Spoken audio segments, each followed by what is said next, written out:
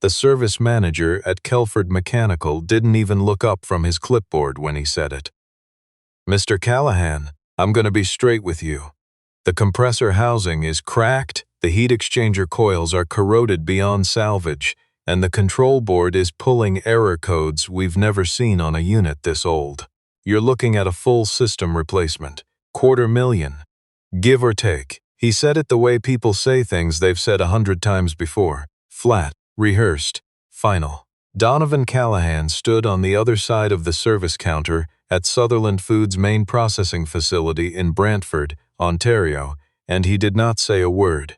He looked at the clipboard. He looked at the numbers. He thought about the 43 employees on the floor, behind those double doors, who would be out of work by the end of the month if the refrigeration system stayed down. Then he drove home. His daughter Meg was asleep on the couch when he got back, still in her school clothes, a half-eaten bowl of cereal on the coffee table beside her. She was 9 years old, and she had her mother's habit of falling asleep anywhere that wasn't a bed. Donovan stood in the doorway for a moment, just watching her breathe, before he picked up the bowl and carried it to the kitchen. He stood at the sink and ran the water cold and let it run over his hands longer than he needed to. $250,000. Sutherland Foods wasn't a corporation. It was a family business. Margaret Sutherland had built it over 30 years. Smoked salmon and specialty preserves sold in grocery chains from Halifax to Calgary. Her son Kevin ran operations now. They had 2 processing lines, a loading dock, and a refrigeration system that had been installed in 1997 and serviced quietly and competently by Donovan Callahan for the past 11 years. He was not an employee. He was a one-man service contractor who worked out of a unit he rented in an industrial park on the east side of town. His van was a 2009 Ford Transit with a crack in the passenger side mirror he kept meaning to get fixed. His daughter's school photos were taped to the dashboard because the adhesive on the visor clip had given out 2 winters ago and he hadn't replaced it. He was not the kind of man people thought of first when something went very wrong. He was the kind of man people thought of last.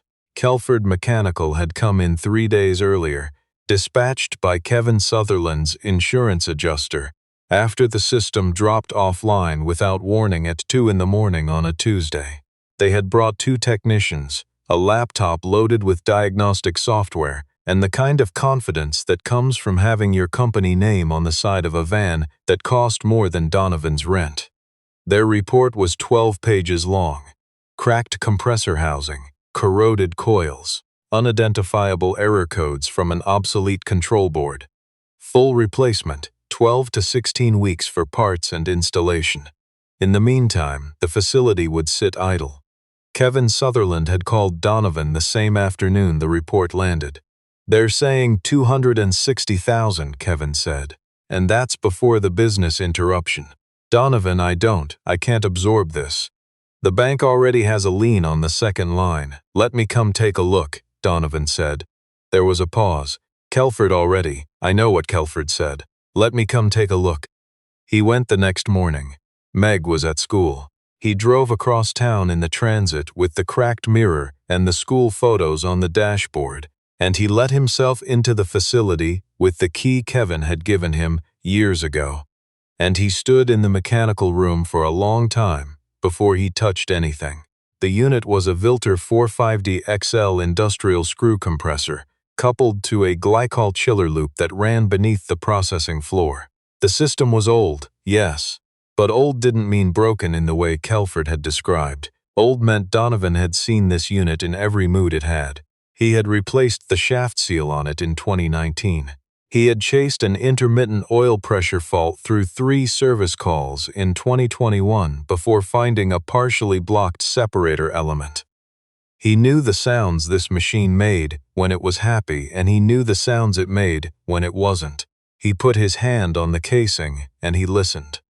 The compressor wasn't running. The system was offline. But there were smaller sounds, the ambient hiss and click of a machine that still had power, still had pressure in the lines, still had something to say if you stood still long enough to hear it. He crouched down beside the control panel and he read the error codes himself, not through the Kelford software. He pulled out a laminated fault code reference he had printed and laminated 7 years ago and updated by hand with a fine-tip marker as new codes emerged. It was worn soft at the corners. He read each code slowly. Then he stood up and walked to the glycol distribution manifold on the north wall. The Kelford report had focused entirely on the compressor side of the system. The cracked housing, the corroded coils. Donovan didn't dispute that those things needed attention eventually, but the error codes, the ones Kelford had called unidentifiable, weren't compressor codes. They were communication errors. The control board wasn't generating them because it was failing. It was generating them because it wasn't receiving a signal it expected to receive. He followed the conduit from the control panel to the sensor array on the glycol manifold. And there it was. A pressure transducer, a sensor roughly the size of a toilet paper roll, threaded into the manifold, had developed a hairline fracture in its housing. Not enough to leak, not enough to trigger an obvious physical failure, but enough that under thermal cycling, expanding and contracting as the system warmed and cooled, the internal contact was intermittently breaking. The control board was reading it as a pressure loss event that wasn't happening. It was shutting the system down to protect itself from a catastrophic failure that wasn't real. Donovan held the transducer in his hand for a moment. It weighed about 400 grams. The replacement part cost $212. He installed it himself right there, because he had a spare in a parts bin in the back of his van. He stocked them because this model of manifold was common in refrigeration systems of this age across southern Ontario, and Donovan was the kind of man who stocked the part before he needed it, not after. He reset the control board. The Vilter 450XL turned over, caught, and ran. He stood there and listened to it run for 11 minutes before he was satisfied. Then he locked the mechanical room and drove to Kevin Sutherland's office. Kevin was on the phone when Donovan appeared in the doorway. He held up a finger, 1 minute, and finished his call. When he set the phone down, his face had the particular exhaustion of a man who had been having the same terrible conversation for 4 days straight. "You find anything?" he asked. "Faulty pressure transducer on the glycol manifold," Donovan said, "sending false shutdown signals to the control board. I swapped it out. System's running." Kevin looked at him. The compressor housing wasn't cracked. The coils are surface oxidized, normal for this age, but they're functional. The control board isn't failing. It was responding correctly to bad data. Donovan set a handwritten service report on the desk. Parts were $212. Labor is 4 hours at my rate. Kevin picked up the service report. He read it twice. "Donovan," he said finally. "Yeah, Kelford brought 2 technicians and I know." Kevin set the report down. He pressed his hand flat against it on the desk like he was making sure it was real. $212 and the service call. Kevin laughed, a short, airless sound that wasn't entirely a laugh. And the service call. He paid the invoice the same afternoon. That should have been the end of it. Donovan went home, picked Meg up from school, made pasta for dinner, and helped her with a worksheet on provincial capitals that she was genuinely annoyed to be assigned. She was 9 years old and she already had opinions about what was worth her time. He found that funny. Mostly. He found a lot of things about her funny in the way that catches you off guard when you're tired and you weren't expecting to smile. He put her to bed and he sat at the kitchen table for a while afterward, with a cup of tea going cold. His wife Claire had died 4 years ago. Pancreatic cancer, 8 months from diagnosis to the end. Meg had been 5. She didn't talk about her mother much, not because she'd forgotten, but because she was careful with the parts of herself that were tender. Donovan understood that. He was the same way. He ran his business out of the van and the rented unit and a battered laptop he kept on the kitchen table. He didn't have a receptionist or a website that anyone would call professional. He had 11 years of service records organized in plastic binders, and a reputation that spread the way good reputations spread in small industrial communities, slowly, word by word, between people who fix things for a living. He thought about calling it an early night. His phone rang at 9:47. It was Kevin Sutherland. He sounded different from earlier, not relieved anymore. Alert. "I told Philip Crane about what you found today," Kevin said. Donovan knew the name. Philip Crane ran Crane Industrial Properties, the largest commercial landlord in the Brantford-Hamilton corridor. He owned 12 warehouse facilities and had a half interest in a cold storage operation in Burlington. "He wants to talk to you," Kevin said. "About what?" "His Burlington facility. Same kind of system. Older filter unit, glycol loop. He's been getting quotes from Integrated Climate Solutions for a full system replacement. They're telling him $380,000. Donovan was quiet for a moment. "He wants to know if you'll take a look first." He took a look. It took him 2 days. The Burlington facility was larger, and the system was more complex, with a cascade arrangement that required him to trace the refrigerant circuit back through 3 separate stages before he found what he was looking for. But he found it. A failing electronic expansion valve on the secondary circuit, combined with a blocked liquid line filter dryer that had gone undetected, because the sight glass indicator was mounted in a position that required a stepladder and a flashlight to read properly, and nobody had bothered. The expansion valve was $800. The filter dryer was a $90 serviceable component. The labor was a day and a half. Integrated Climate Solutions had quoted $380,000. Philip Crane did not say much when Donovan handed him the service report. He was a tall man, early 60s, with the contained stillness of someone accustomed to being the most powerful person in the room. He read the report with the same careful attention he probably gave to lease agreements, and when he finished, he set it on his desk and looked at Donovan with an expression that was difficult to read. "Who else knows you can do this?" he asked. Donovan considered the question. "People who've needed it." Crane nodded slowly. "I'd like you to look at 3 more of my facilities." That was in February. By April, Donovan had worked through all 3. A failed solenoid valve in Grimsby, a refrigerant charge issue in Ancaster that 2 previous technicians had attributed to compressor wear. It wasn't. It was a pinhole leak in a brazed joint behind its section of insulation that had been wallpapered over during a renovation, invisible unless you knew to pressure test the secondary circuit. And in Stony Creek, a fan motor on the condenser bank that was drawing excess current and creating harmonic interference on the control circuit, which had been interpreted by 2 separate diagnostic systems as a compressor fault. None of it required a system replacement. All of it had been quoted as one. Word moved in the way that word moves in connected industries. Not through advertising, not through a website that anyone would call professional, but through the particular language of people who manage infrastructure and who have learned to distrust quotes that arrive too quickly and cost too much.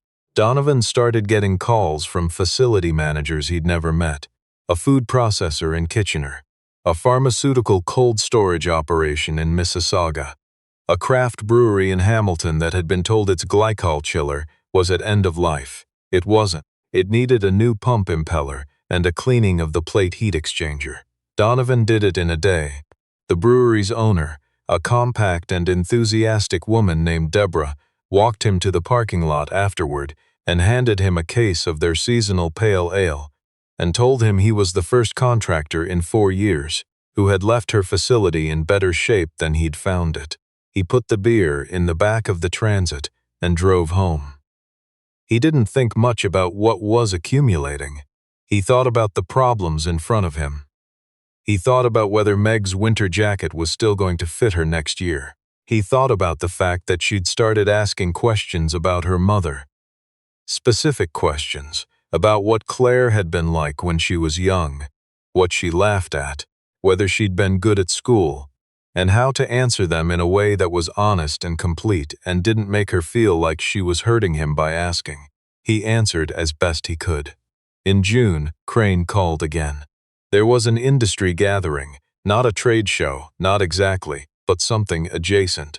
A symposium for facility managers and operations directors, hosted by a property management association in Hamilton.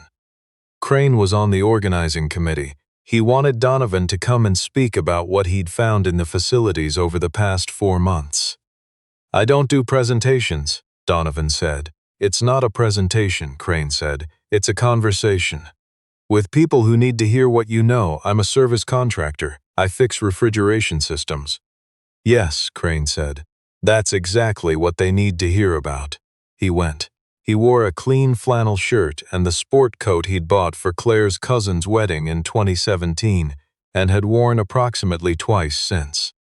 Meg had looked at him when he came downstairs and said, "You look weird, Dad," which was her version of "you look nice," and he'd taken it in the spirit it was intended. The room was larger than he'd expected. 40, maybe 50 people, seated at round tables with branded notepads and water glasses. A podium at the front with a microphone he immediately decided he would not use. Crane introduced him with a brief and generous summary. 2 facilities saved from unnecessary replacement in the first month, 5 more over the following quarter. Documented savings that Crane cited at a number Donovan hadn't actually added up himself. He stood at the front of the room, and he talked about pressure transducers. He talked about the way diagnostic software is trained to identify fault patterns, and the way fault patterns sometimes look like catastrophic failure when they're actually communication errors.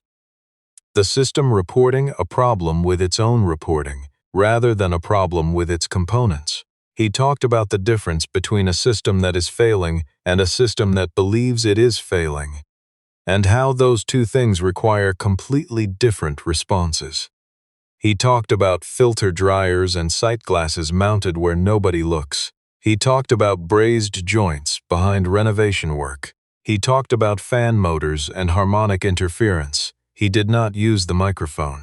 He talked for 22 minutes, and then he stopped. The room was quiet for a moment. The particular quiet that follows something that has reorganized the way people are thinking, rather than simply adding to what they already know. Then a facilities director from a food manufacturing company in Guelph raised her hand and asked a question. Then someone else did. Then the questions started arriving in clusters, overlapping, the kind of questions that come from people who have been in rooms like the Kelford mechanical conversation and gone home carrying the weight of numbers they couldn't afford. Crane was standing near the back wall. He was not smiling exactly. He was watching the room with the quiet attention of a man who has correctly predicted something. Donovan answered questions for another 40 minutes. Afterward, in the hallway outside the conference room, a woman approached him. She introduced herself as Judith Bassett, operations director for a national grocery distribution company with 12 cold storage facilities across Ontario and Manitoba. She handed him a card. She said that her company had received a system replacement proposal for their Brampton facility, $600,000, and asked if he would be willing to take a look before they signed anything. He took the card. He went home. It was past 9. Meg was asleep, in her bed this time, which was progress, and he sat at the kitchen table with the card in front of him. He thought about what it would mean to say yes to that call.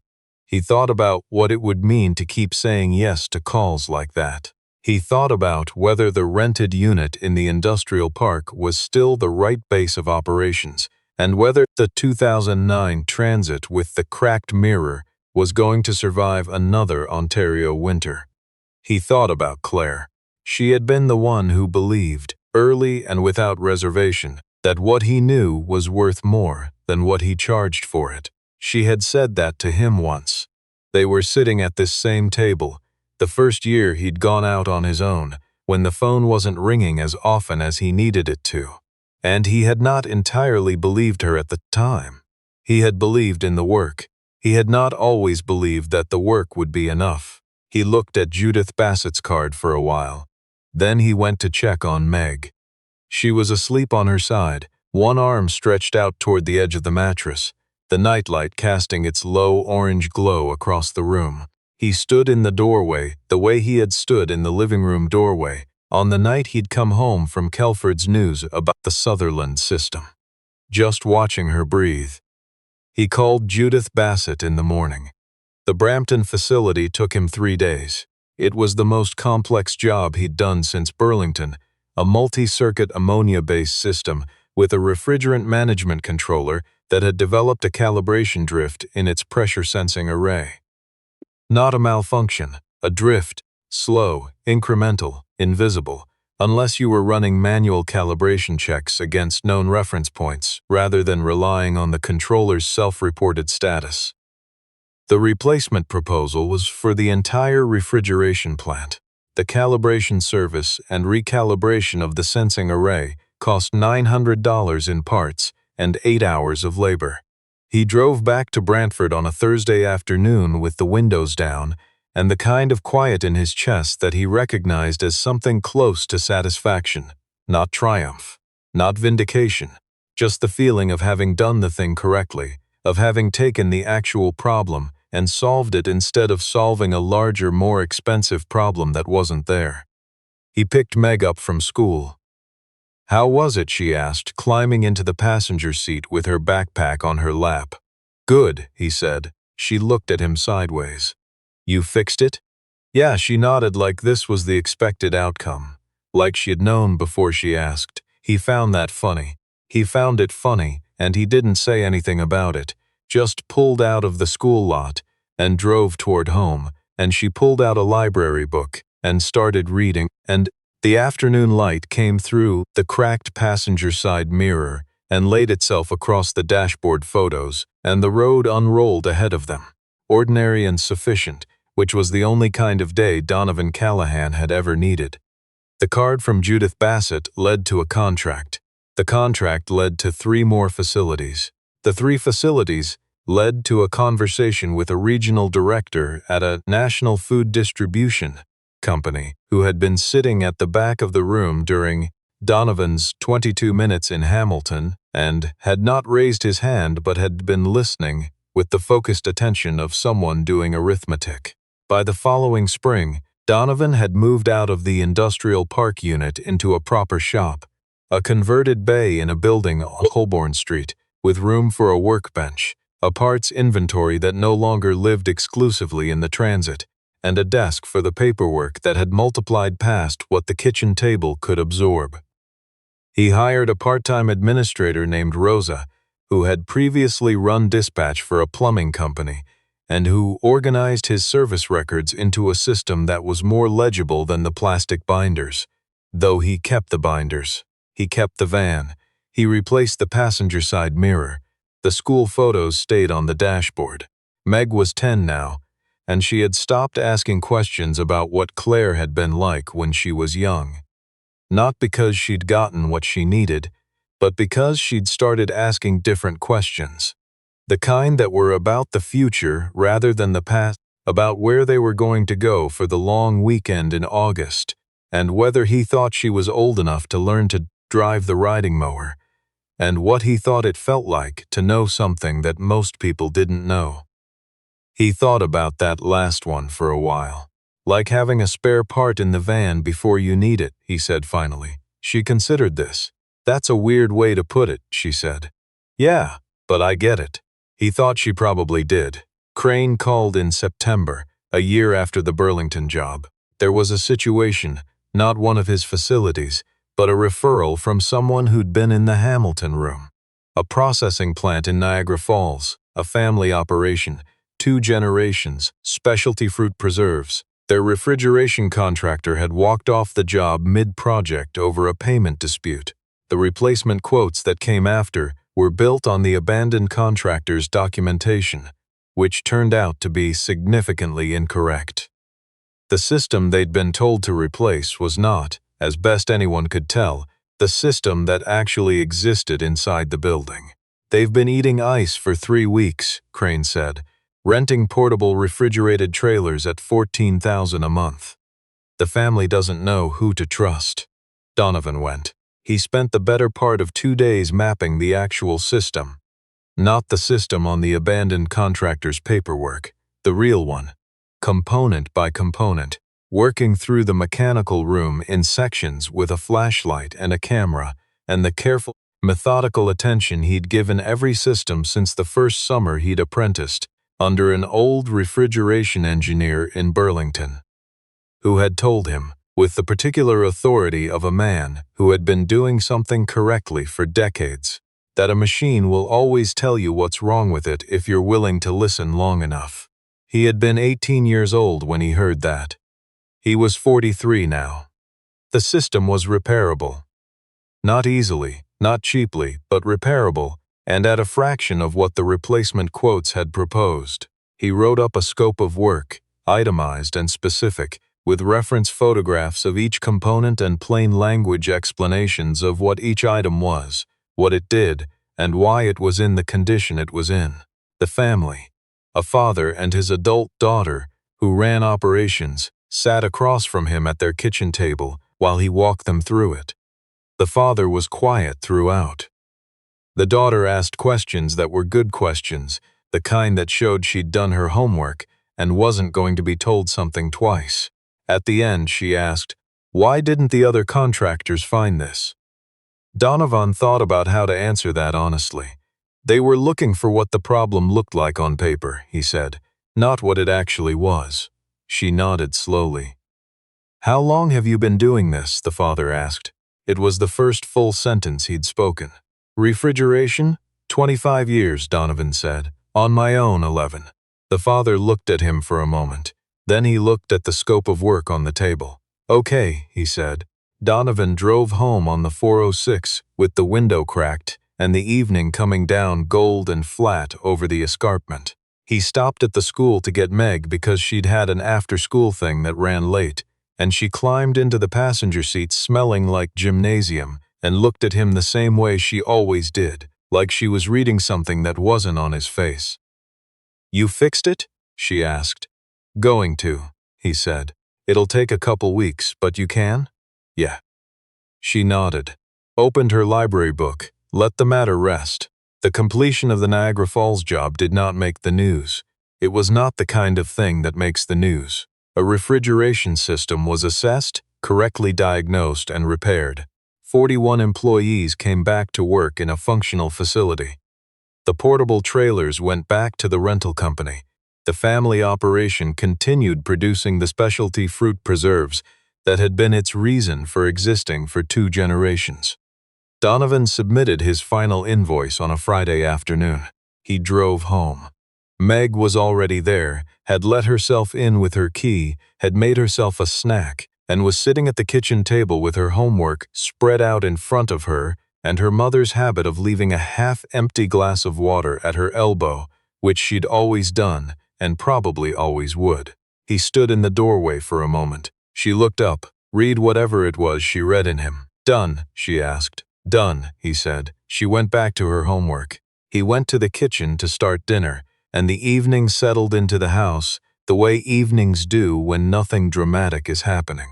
Just the ordinary forward motion of a life that has found its footing, quiet and solid, like a machine running the way it was meant to run.